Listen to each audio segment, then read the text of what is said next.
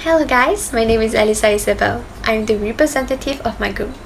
The topic of today's video is various music genres and its influence on society. The music genre that we have chosen is indie. Now, what exactly is indie? What type of music is it? Does it really have an influence on society? Well, in this video, you'll find out all about the genre indie. Now, firstly, we will have Natasha and Amira talking about how indie was introduced and its progression throughout the years. And then I will be showing you examples of bands and singers that are indie based. After that, we will be revealing to you what we have chosen as our song choice, which Ashley will then explain the meaning of its lyrics. Last but not least, Isa will end our video by talking about the impact that our chosen song has on society. Please lend us your ears, and I hope you enjoy as we embark on this learning journey. Hi everyone watching, I'm Natasha, and I'll be giving you a bit of an introduction and an overview on the origins of indie music. So we've heard of many genres of music before, haven't we? We've heard of pop, rock, classical, and even country music. What if I tell you there's a type of music that consists of all these genres? It is called indie music. So what exactly is indie music? Indie comes from the word independent. Instead of indie music, you can also call it simply indie. Indie music is music that is produced independently without the support of a record label. It uses a do-it-yourself or a DIY approach to recording and publishing. Did you know that indie was actually first used to differentiate between independent artists and pop music? Because indie artists had their very own independent record label. Since the term indie itself derives from the word independent, it means that they have their very own record label and have been operating independently from commercial mainstream record companies. Indie is still used as a standalone term, resulting in a term that is quite broad and vague. Although indie as a term itself is mainly used as a descriptive add-on to a musical genre term. Now, there are several types of indie music, which includes electronic music, folk music, classical music, alternative music, and hip-hop. So, you might be thinking, where does indie music originate from? As far as research goes, indie music is known to be originated from 3 countries, which are the United States, the United Kingdom, and New Zealand, from the years 1970s to 1980s. Indie as a defined musical genre descriptor emerged from post-punk, new wave, and alternative music released on late 1970s UK independent labels. So when exactly was indie music introduced in the UK? It was on the 29th of January 1977, when the British punk band named the Buzzcocks released an extended play or an EP titled Spiral Scratch. They have done so independently by using their very own record label named New Hormones, making them the first ever English punk band to establish an independent record label. Now, what about in the US? Indie music in the US was leading more towards indie rock. It was more popular and had made appearances from the years 1970s to the years 1980s. Nowadays, indie rock can also be called alternative rock. On the other hand, another famous indie subgenre, which is indie pop, started in the years 1980s. By the end of 1990s, indie music's several subgenres and indie rock-related styles had emerged. And some of them are lo-fi, noise pop, slowcore, and post-rock. Nowadays, indie rock, indie folk, indie dance, indie hip-hop, and even indie classical are common terms used to describe the evolving genre once referred to as indie. Let's take a look at the progressions next. That's all from me. I will now pass it on to the next person. Thank you for passing it over to me. Are you guys familiar with indie songs? Are you guys really into indie music? Hi, my name is Amira and I'm here to tell you about the progression of indie music from its inception to the present. So let's gain some knowledge. Do you guys know Johnny Greenwood from Radiohead and Andrew WK? They are known for shifting music into an experimental, classical performance with an unhinged composition. In addition, the term itself indie does not simply mean independently released music, nor does it describe any single genre of music. It's an all-encompassing term that describes genre resistance to popular and mainstream culture, evoking realism, independence, and authenticity. Indie music became a serious force in music in the 60s and 70s as fringe music and DIY music started to gain popularity. At that time, people have started realizing music that did not fit into the social norms, and to a surprise, the genre continued to receive such good feedback.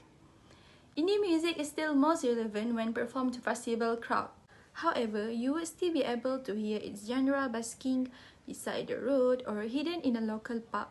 Perhaps you are unaware that much of today's popular music is actually indie music created by independent bands and artists. When you hear the term indie music, are there any number of bands might come to your mind? There are bands such as Modest Mouse, Bon Iver, and Arcade Fire. These artists represent the indie music scene, and yet they are all different, of course in a good way. As I said, indie music was still relevant and still is now. Indie music has become one of the most prominent music genres amongst millennials. However, the genre itself takes the hearts of many from different age groups.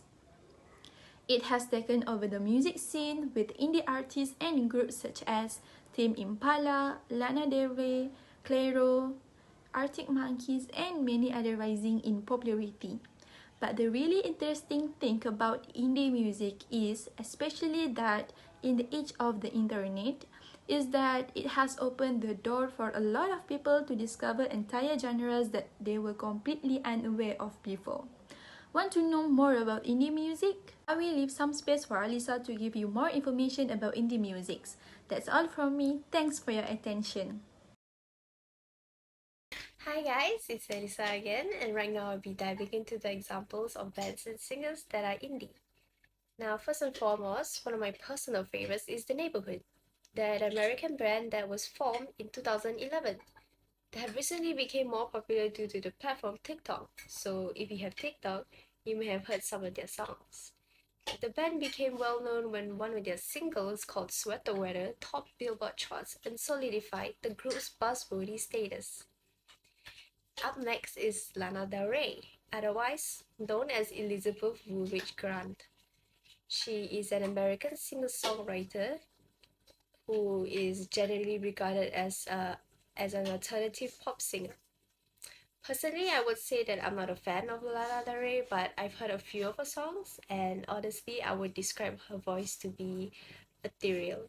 So, I'm not surprised that her album Born to Die has more than 3 billion streams on Spotify. Now, moving on to Lenny, another one of my favorite brands. They're, I would say, one of the trending bands among the Gen Z population. And they're an American brand as well, where they were formed in 2014. Their highest streaming album on Spotify is called Malibu Nights, which has almost 700 million streams as of today.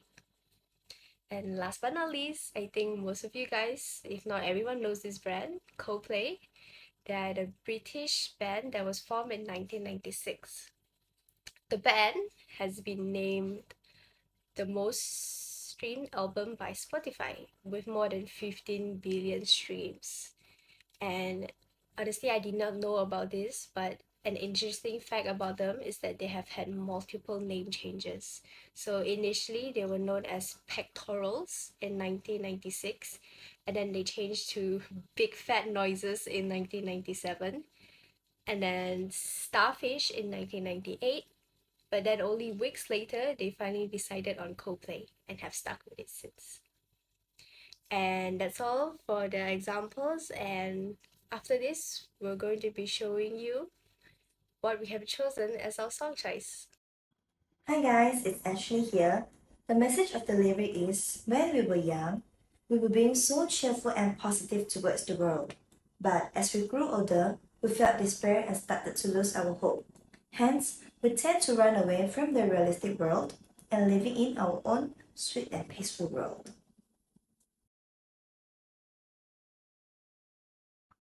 The message of the second paragraph of this song is, as time goes by, we became even more disheartened and we were lost in our life, which affected by our environment, under the pressure of life, as well as our responsibility in life. Thus, we mentally escape from this distressing situation through fantasy and visualize the happy world like paradise. Finally, we realize that there's a dawn after every dusk. We will bolster up our hope, stay positive, believing that we will get the peace in our life. Now that's all from me. Let's see what they have. Bye! They say music is a conversation for those from the past to the present and soon to be the future, making it seem like it's a never-ending world as it becomes smaller and smaller and therefore easier for all of us to reconnect. Music also heals those in need and also deconstruct walls that we put up, as well as educating others of different backgrounds. Hello, my name is Halim Izatun, and today I'll be talking about the impact and effectiveness of the song that we chose on society. Indian music is the exact same thing.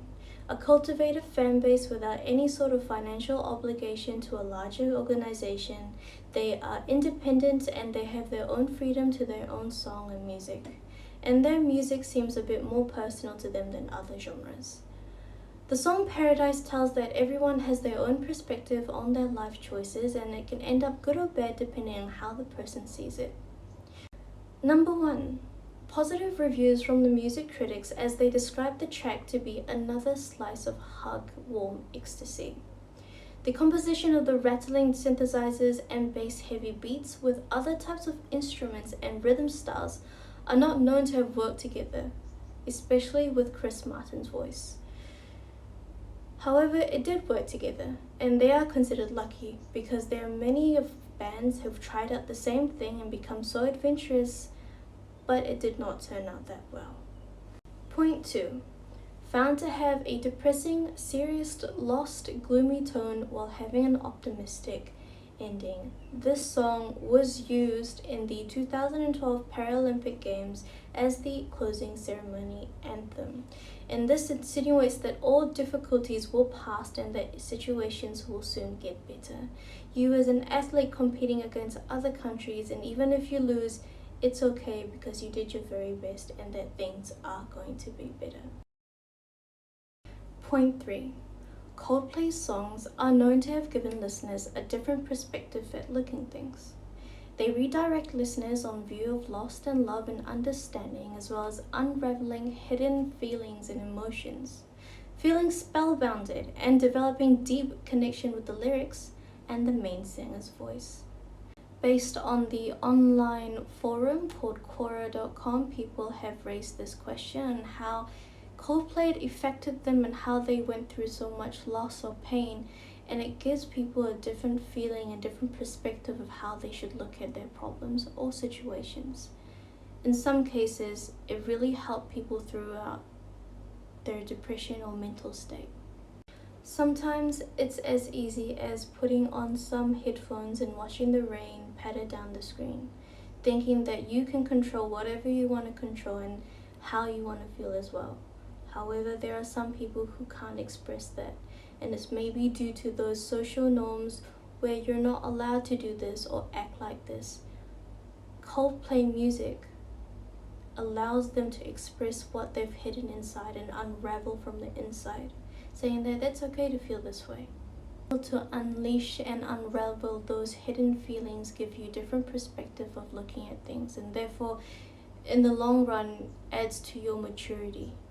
For example, things like puppy dog love and how breakups always hurt you, but in the future you're going to look back and you're going to think of, well, this relationship taught me how to love, how sweet love can be, and this relationship can tell me how important trust is, or things like that. And it is seen on the website Quora, where people gives their opinion, that Coldplay has highly influenced and motivated them to think differently about a certain situation.